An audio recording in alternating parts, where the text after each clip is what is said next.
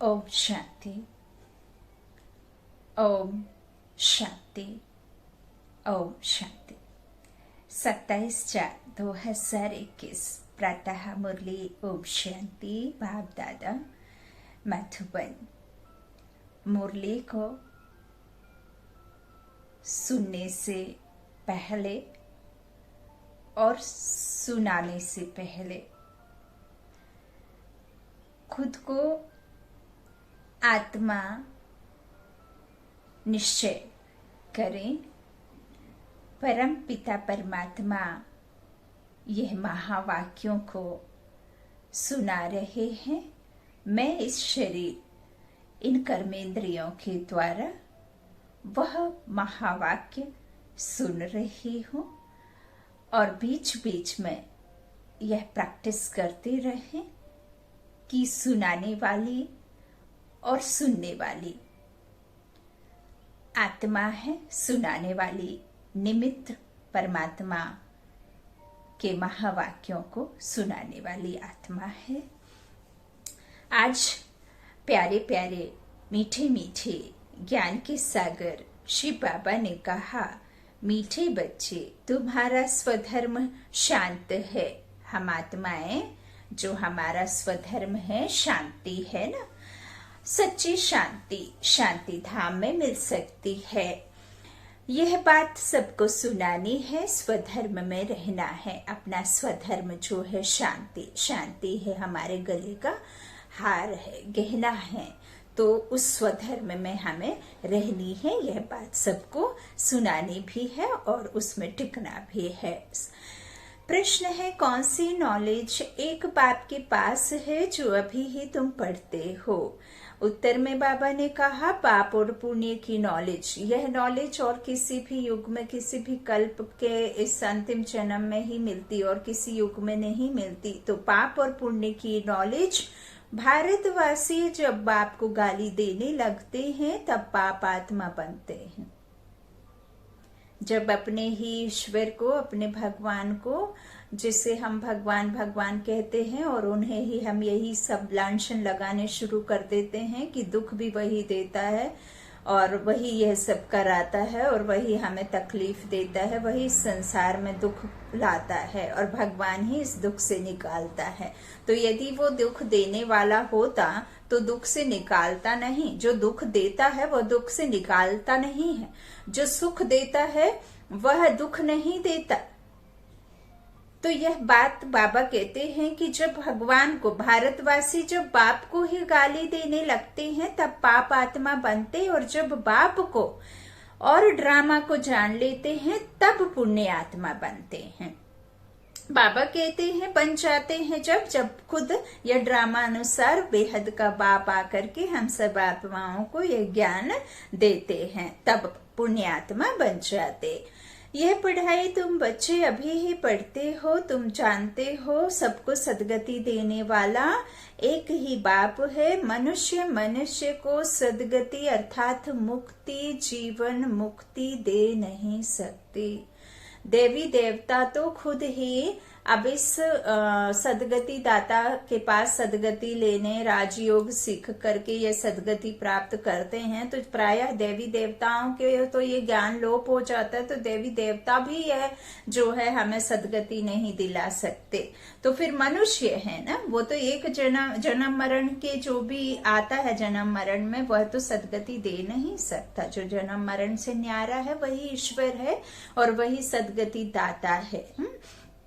तो जो कर्म में आते हैं वह तो सदगति नहीं दे सकते। वो तो कर्मों का गुहा राज भी हमें जो जानी जाननहार है वह बताते हैं ना।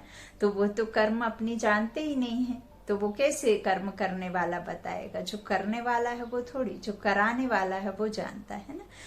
तो इस तरह से बाबा कहते हैं कि सदगति भी जो है ना मनुष्य नहीं दे सकते हैं। मुक्ति, जीवन मुक्ति मनुष्य नहीं दे सकता। और मुक्ति और जीवन मुक्ति, मुक्ति अर्थात जहां से हम आत्माएं आती हैं, जहां हम आत्माएं मुक्त अवस्था में रहते हैं, और जीवन मुक्ति अर्थात जीवन होते हुए भी मुक्त अवस्था में हम रहते हैं, वह है सतयुग। त्रेता सतयुग में जो हमारे पास जीवन तो होता है लेकिन हम मुक्त अवस्था में रहते, बंधन में नहीं रहते। रहते, बंधन मुक्त रहते हैं, है ना। तो बाबा ने यह मुक्ति और जीवन मुक्ति का राज बताया। गीत है इस पाप की दुनिया से। अब इस पाप की दुनिया से ले चल, कहाँ ले चल? ऐसा तो नहीं है इस पाप की दुनिया से कहीं और ले चल, मतलब उस पाप की दुनिया से हमें बाहर निकलना है या कहीं और जाना नहीं है। हमें उसी संसार को, उसी स्वर्ग को, उसी पुण्य संसार को हम पुण्य आत्माएं बन करके इसी धरा पर स्थापित करते हैं। पाप की दुनिया और पुण्य की दुनिया यहाँ ही है, तो उसे हमें कहीं और जाकर के नहीं, यहाँ ही बसाना होता है। ओम शांति।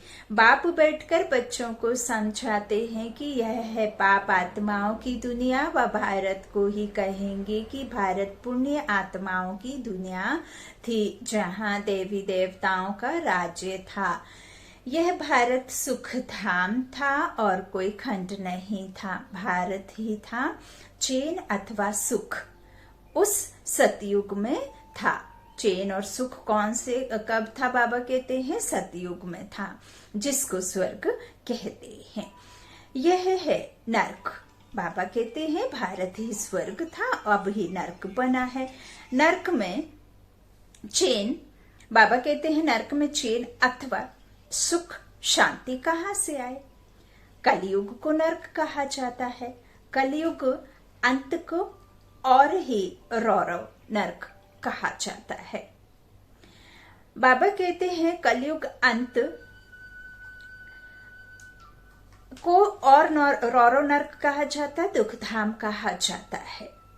जो कलयुग है ना, अंत समय को तो और रौरव नर्क, छी दुनिया, तमो प्रधान दुनिया, एकदम कहना चाहिए पाप ही पाप है, पुण्य तो है ही नहीं है।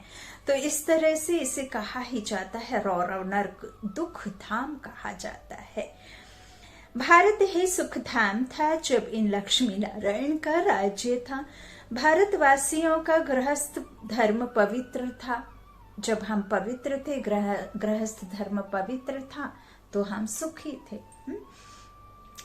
बाबा कहते हैं इस तरह से प्यूरिटी भी थी, सुख शांति भी थी, संपत्ति भी बहुत थी।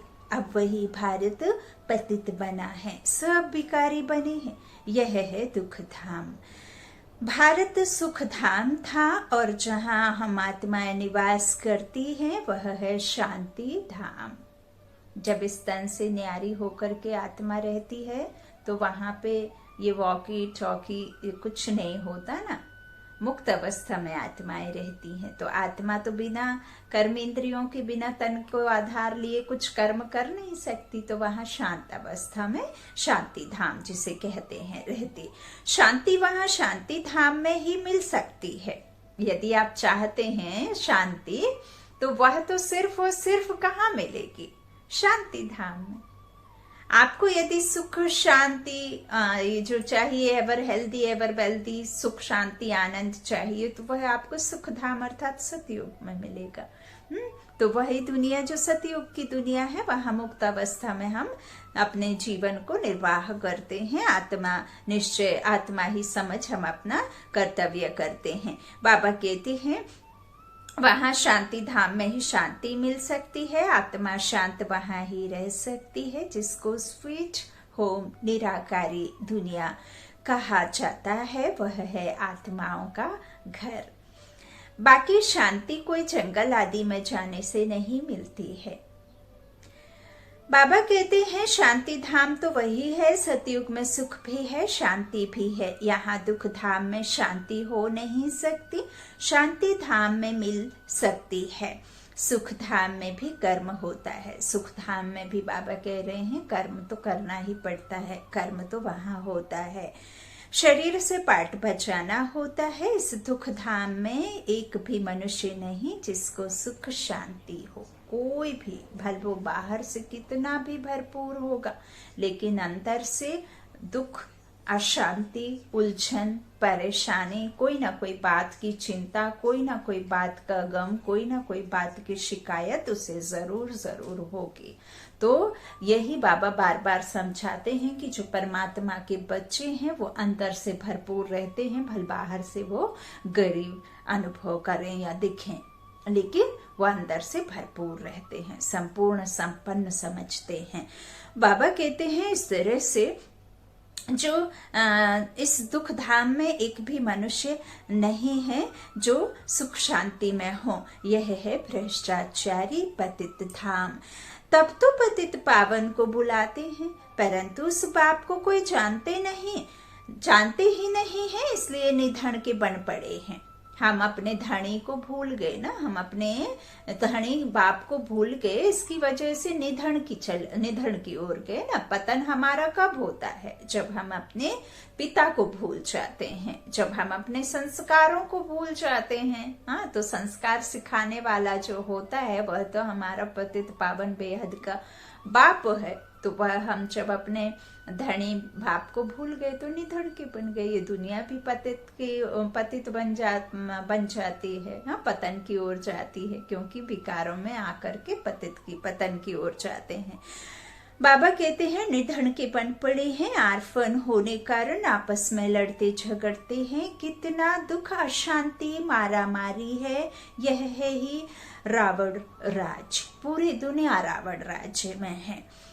राम राज्य गवाते हैं। रावण राज्य में ना सुख है ना शांति है। रावण राज्य में बिल्कुल भी सुख शांति नहीं है। भले कितना भी आप साइंस के ऊपर चांद सितारों में आप दुनिया बसाने की सोचेंगे, चांद सितारों पर आप दुनिया तो बसा लेंगे, फिर भी आपको शांति जो चाहिए, सुख चाहिए, जो शांति चाहिए, वह इस संसार में हो ही नहीं सकती, क्योंकि यह है ही रावण राज्य।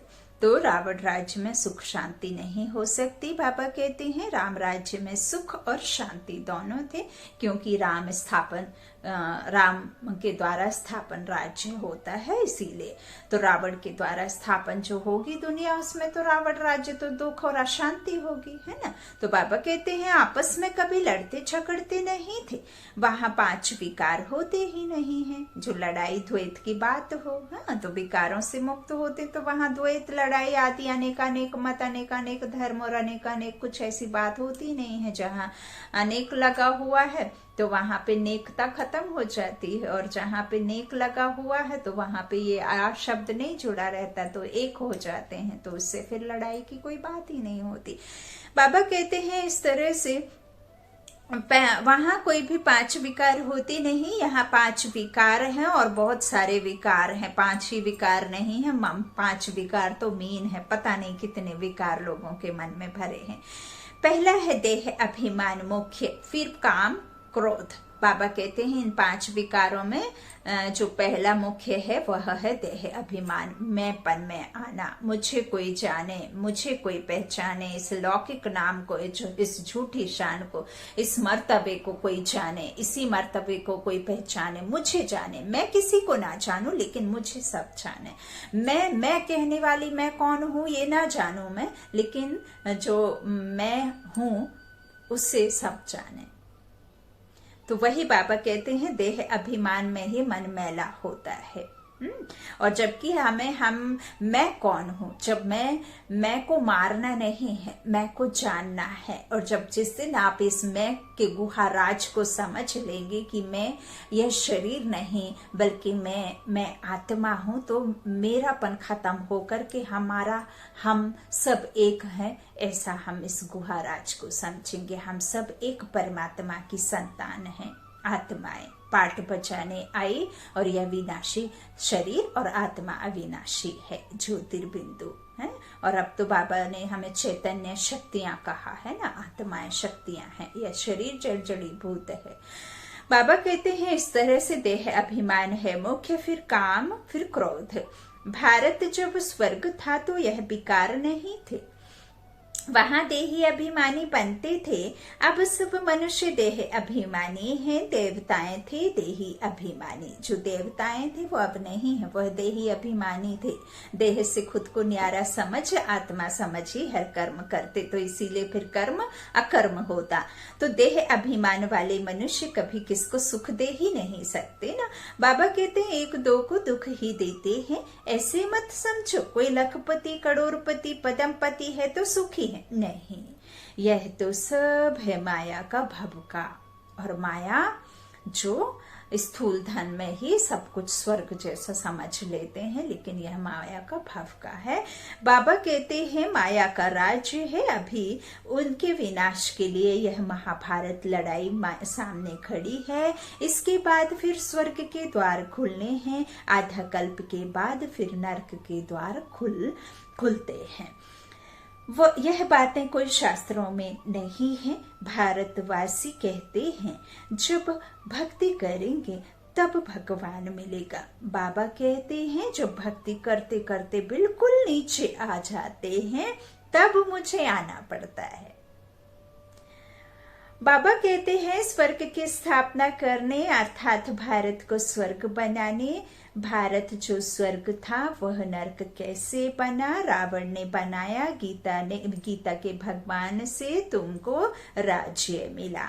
21 जन्म स्वर्ग में राज्य किया, फिर भारत द्वापर से कलयुग में आ गया, अर्थात उतरती कला हो गया। कलाएं कम होती गई, यूं तो सूक्ष्मता से कलाएं जो हैं द्वापर से त्रेता से कम हो जाती हैं, क्योंकि 16 से फिर चंद्रवंशी कला में आते हैं, तो 14 से फिर 2 कलाएं कम हुई तो और नीचे गिरते जाते हैं। फिर सतयुग में ही 16 कलाएं होती, फिर नीचे गिरने की आ जाती है बारी। तो फिर लेकिन बाबा कहते हैं कि यहाँ जो स्वर्ग की स्थापना करने अर्थात भारत को स्वर्ग बनाने स्वयं मैं आता हूँ ना, तो भारत जो स्वर्ग था वह नरक कैसे बना? रावण ने बनाया। बाबा कहते गीता के भगवान से तुमको राज्य मिला।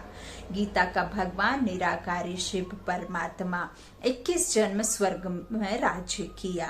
बाबा कहते हैं फिर जो हम जो भक्ति में आए ना, तभी बाबा कहते हैं भक्ति में आते आते बिल्कुल करते नीचे आ जाते हैं, तब फिर मुझे आना पड़ता है स्थापना करने।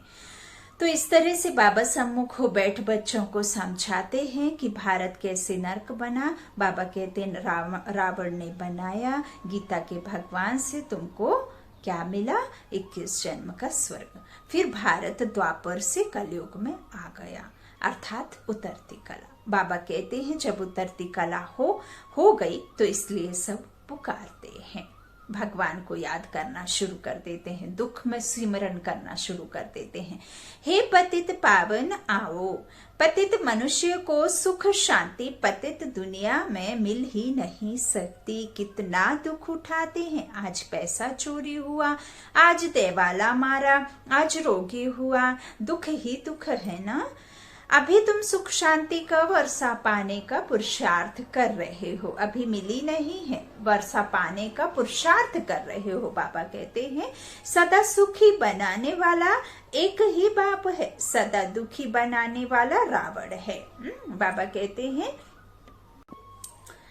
यह बातें जो बाबा कहते हैं यह बातें भारतवासी नहीं जानते हैं। सतयुग में दुख की बातें होती नहीं हैं, कभी रोना नहीं पड़ता, सदैव सुख ही सुख है।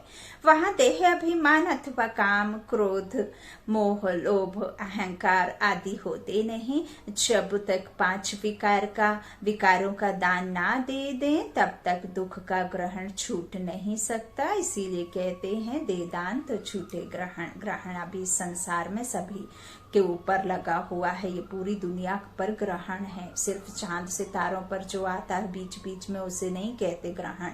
हाँ, उनको थोड़ी ना तकलीफ होती होगी, अगर उनको ग्रहण लगा तो वो थोड़ी, उनमें लाइफ थोड़ी है, जीवन थोड़ी है, उनमें कोई आत्मा तो वास नहीं करती है जो उनको ग्रहण लगेगा तो उनको तकलीफ होगी। असल में ग्रहण हम आत्माओं को लगा है, और यह आत्माओं का ग्रहण तभी छूटेगा तब आप विकारों रूपी का दान करेंगे विकारों का, तब फिर यह ग्रहण छूटेगा।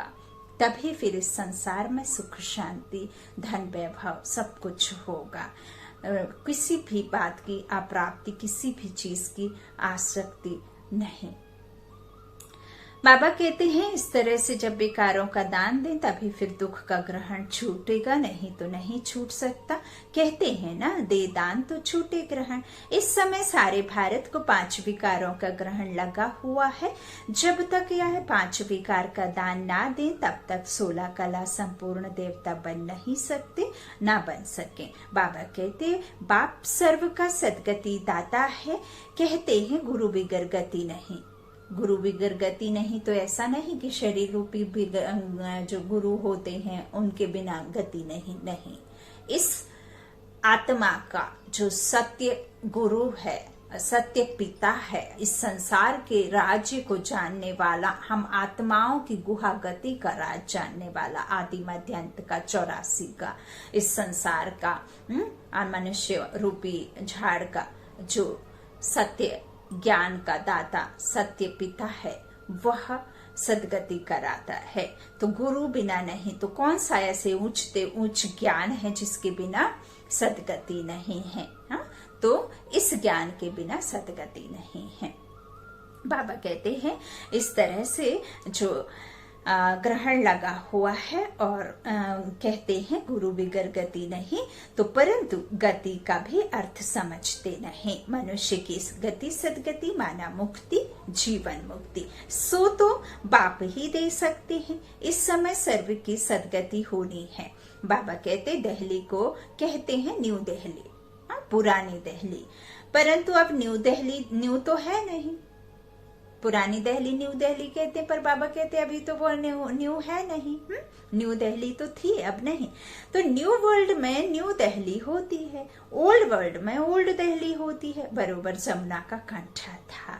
दिल्ली परिस्तान थी, दिल्ली परिस्तान थी। सतयुग था ना, देवी देवताएं राज्य करते थे। अभी तो पुरानी दुनिया में पुरानी दिल्ली है, नई दुनिया में तो इन लक्ष्मी नारायण का राज्य था। बाबा कहते हैं भारतवासी यह भूल गए हैं, नया भारत नई दिल्ली थी तो उनका राज्य था और कोई खंड ही नहीं था। बाबा ने कहा है जो जितना गिरा है वो उतना उठेगा भी, और जो जितना उठा है वो उतना गिरेगा भी। और जो साहूकार था वह बिल्कुल एकदम गरीब बन जाएगा, जो विश्व का मालिक था वो एकदम बिल्कुल भिखारी बन जाएगा। तो जो उसको अब उठाने का है, तो दिल्ली ही परिस्तान था, न्यू दिल्ली न्यू वर्ल्ड तब था जब सतयुग जमुना का कंठा पर। बाबा ने यह भी कहा है कि दिल्ली का ही एक ऐसा जगह है जहां से फिर ये सतयुग की स्थापना उस प्लेस में उधर से होगी। लेकिन अब सबसे ज्यादा नीचे, सबसे ज्यादा जास्ती जो राज्य है वहां पर वही भ्रष्टाचारी और सब हो रहा है ना। तो बाबा कहते हैं इस तरह से जो है भारतवासी यह भूल गए हैं। अभी तो पुरानी दुनिया में पुरानी दिल्ली है, नई दुनिया में तो इन लक्ष्मी नारायण का राज्य था। बाबा कहते हैं इस तरह से भारतवासी यह भूल गए, नया भारत नई दिल्ली थी तो उनका राज्य था और कोई खंड ही नहीं था। यह कोई भी नहीं जानते, गवर्नमेंट यह पढ़ाती नहीं है। जानते हैं कि यह तो अधूरी हिस्ट्री है। जब से इस्लामी बौद्ध आए हैं, लक्ष्मी नारायण के राज्य का कोई को पता नहीं है। बाबा कहते हैं यह बाप ही बैठ समझाते हैं कि सारी सृष्टि का चक्र कैसे फिरता है।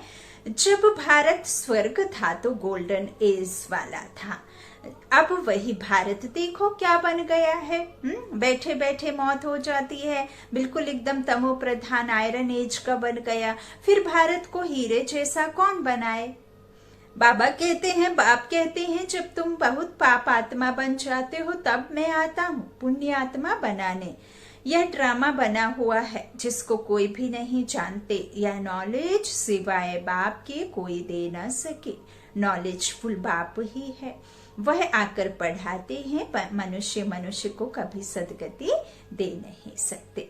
जब देवी देवता थे तो एक सब एक दो को सुख देते थे। कोई भी बीमार रोगी होते ही नहीं थे। वहां का तो पानी भी, वहां शक्कर आदि, ये वैद आदि की, किसी की भी डॉक्टर आदि की जरूरत ही नहीं पड़ती थी, क्योंकि जहाँ दूध की नदियां, घी की नदियां बहती हो, जहाँ पानी में ही इतना शक्ति हो कि हर रोग को वो यूं ही खत्म करे। रोग की तो बात ही नहीं, क्योंकि वहां तो सब ये प्रकृति, पांच तत्व, ये जो भी हमारे जो भी चीजें होती हैं सब सुख देने वाली होती हैं।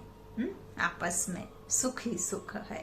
तो वहां पे कोई दवा आदि की जरूरत ही नहीं पड़ती थी। आपने देखा भी होगा, थोड़े समय पहले आप जाएंगे अपने आजी पराजी दादाओं के समय पे, तो वहां पे वैद्य होते थे, दाई होती थी, डॉक्टर आदि का तो नाम भी नहीं सुना होता था। कोई भी एक पत्ती पुत्ती लगा देते थे, इतने बड़े बड़े घाव फिल हो जाते थे, भर जाते थे, घाव भर जाते थे। घर की दवाइयों से काम चलता था।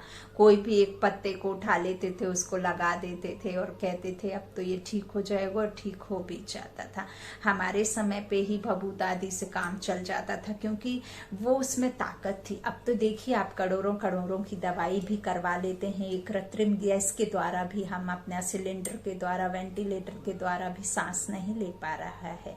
तो कितना ना दुख देने वाली ये वायु, ये प्राण वायु भी प्राण घातक बन गई है। क्यों? क्योंकि हम आपने ऐसा, ये तमो प्रधानता, ये पूरी दुनिया ही बिल्कुल एकदम दुख देने वाली हो गई है ना।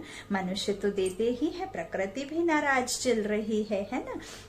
बाबा कहते हैं यहाँ तो कोई, वहां कोई भी बीमार या रोगी नहीं होते थे, यहाँ तो सब रोगी हैं। अब बाप आए हैं फिर से स्वर्ग बनाने। बाप स्वर्ग बनाते हैं, रावण नरक बनाते हैं। यह खेल है जिसको कोई भी नहीं जानते हैं। सुख और दुख का खेल है, रात और दिन का खेल है। बाबा कहते हैं शास्त्रों का ज्ञान है फिलॉसफी, भक्ति मार्ग। वह कोई सदगति मार्ग नहीं है, यह कोई शास्त्रों की फिलॉसफी नहीं है। बाप कोई शास्त्र नहीं सुनाते हैं, क्योंकि यहाँ पे कोई फिलॉसफी की बात नहीं है। और परमात्मा, ईश्वर जिसे हम भगवान कहते हैं, वह तो फिलॉसफी नहीं जानता ना। किसी के ऐसा नहीं है कि यहाँ आकर के पढ़ाई की हो और वह वकील बन करके वकालत करके किसी को फांसी से चढ़ाने उतारने का काम करे, यह वाला नहीं। बल्कि हम जो मनुष्यों की जो दुर्गति हुई है उसका राज बता करके उस दुर्गति से हमें सदगति का रास्ता बताकर सदगति दिलाते हैं, मुक्ति और जीवन मुक्ति। बाबा कहते हैं इस तरह से फिलॉसफी तो भक्ति मार्ग की है, यह कोई शास्त्रों की फिलॉसफी नहीं है। बाप कोई शास्त्र नहीं सुनाते। यहाँ है स्पिरिचुअल नॉलेज, आध्यात्म नॉलेज, आत्मा का नॉलेज। बाबा कहते हैं बाप को स्पिरिचुअल फादर कहा जाता है, वह है आत्माओं का बाप। बाप कहते हैं मैं मनुष्य सृष्टि का बीज रूप हूँ, इसलिए नॉलेजफुल हूँ। इस मनुष्य सृष्टि रूपी झाड़ की आयु कितनी है, कैसे वृद्धि को पाता है, फिर कैसे भक्ति मार्ग शुरू होता है, यह सिर्फ और सिर्फ मैं जानता हूँ। तुम बच्चों को यह नॉलेज देकर स्वर्ग का मालिक बनाता हूँ, फिर तुम मालिक बन जाते हो। यह नॉलेज तुमको एक ही बार मिलती है, फिर गुम हो जाती है। फिर ऐसा नहीं कि बार बार आकर के मिलती है। बाबा कहते हैं फिर सतयुग त्रेता में इस नॉलेज की दरकार ही नहीं रहती, जरूरत ही नहीं है। बाबा कहते हैं यह नॉलेज सिर्फ तुम ब्राह्मणों को है। बाबा कहते हैं देवताओं में यह नॉलेज नहीं है तो परंपरा से यह नॉलेज आ ना सके।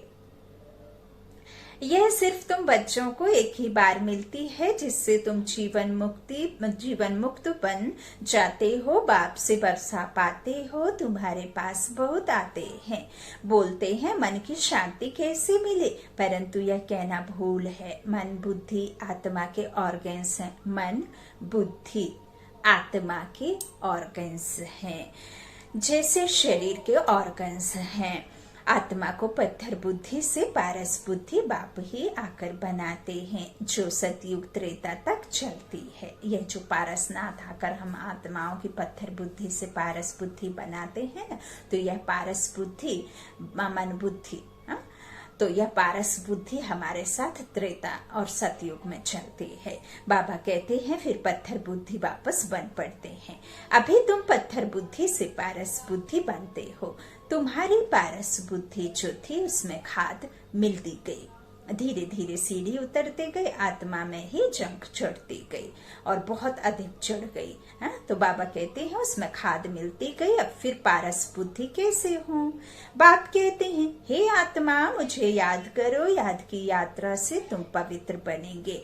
बाबा कहते और मेरे पास आ जाएंगे। बाकी जो कहते हैं मन की शांति कैसे मिले, उन्हें बताओ कि यहाँ शांति हो कैसे सकती है। यह है ही दुख धाम, क्योंकि विकारों की प्रवेशता है। तो यह तो बेहद के बाप से ही वर्षा मिल सकता है। फिर रावण का साथ मिलने से पतित बन जाते हो। फिर बाप द्वारा पावन सेकंड में कैसे बाबा बनाते हैं? तो बाप द्वारा पावन बनने में सेकंड लगता है। अभी तुम आए हो बाप से जीवन मुक्ति का वर्षा लेने। बाबा कहते हैं बाप जीवन मुक्ति का वर्षा देते हैं और रावण जीवन बंध का श्राप देते हैं। इसलिए दुख ही दुख है। ड्रामा को भी जानना है। दुख धाम में किसको सुख शांति मिल ना सके। बाबा कहते शांति तो हम आत्माओं का स्वधर्म है। शांति धाम आत्मा का घर है। इसीलिए आत्मा सदैव शांति की ही मांग करती है, क्योंकि आत्माओं का है ही स्वरूप स्वधर्म, जो निज गुण है वह है शांति, है ना। तो बाबा कहते हैं आत्मा का स्वधर्म है, शांति धाम आत्मा का घर है। तो आत्मा कहती है हमारा स्वधर्म शांत है, यह शरीर बाजा नहीं बजाता हूँ। बाबा कहते यह शरीर बाजा नहीं बजाता हूँ, बैठ जाता हूँ। परंतु कहाँ तक बैठे रहेंगे? कर्म तो करना ही पड़े, कर्म तो करना ही पड़े शरीर से। तो बाबा कहते हैं इस तरह से करना ही है ना। जब तक मनुष्य ड्रामा को नहीं समझे तब तक दुखी रहते हैं। बाप कहते हैं मैं हूँ ही गरीब निवास। यहाँ गरीब ही आएंगे। साहूकारों के लिए तो स्वर्ग यहाँ ही है, क्योंकि वह अपने धन को, प्रॉपर्टी को, स्थूल धन को ही सब कुछ मानते हैं। यहाँ ही स्वर्ग, यहाँ ही नरक, ऐसा समझते। बाबा कहते साहूकारों के लिए तो स्वर्ग यहाँ ही है, उन्हों की तकदीर में स्वर्ग के सुख हैं नहीं। बाबा कहते बाप कहते हैं हम गरीब निवास हैं। साहूकारों को गरीब और गरीबों को साहूकार बनाता हूँ। साहूकारों को गरीब और गरीबों को साहूकार बनाता हूँ। साहूकार इतना ऊंचा पद पा नहीं सकते, क्योंकि यहाँ साहूकारों को नशा है। किसका? स्थूल धन का, जो झूठे धन का, जो खत्म हो जाना है। बाबा कहते हैं तो उनको नशा है। हाँ, प्रजा में आ जाएंगे, स्वर्ग में तो जरूर आएंगे, परंतु उच्च पद गरीब पाते हैं। उच्च पद जो है ना वो गरीब पाते हैं। बाबा कहते हैं गरीब साहूकार बन जाते हैं। उन्हें देह अभिमान है ना कि हम धनवान हैं, परंतु बाबा कहते यह धन माल सब मिट्टी में मिल जाना। मिट्टी का धन मिट्टी में मिल जाना है। यह तन 5 तत्व का है, तो यह 5 तत्वों में मिल जाना है।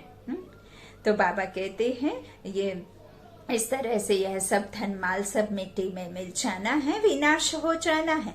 क्योंकि यहाँ ये बिकारी संसार की एक भी बिकारी चीजें, वस्तुएं कुछ भी उस सतयुग में जा ही नहीं सकती, है ना। क्योंकि ये तो झूठी माया, झूठी काया, झूठा सब संसार है ना। तो झूठा सब संसार झूठ में ही रह जाएगा ना, बाकी सच में तो जा ना सके।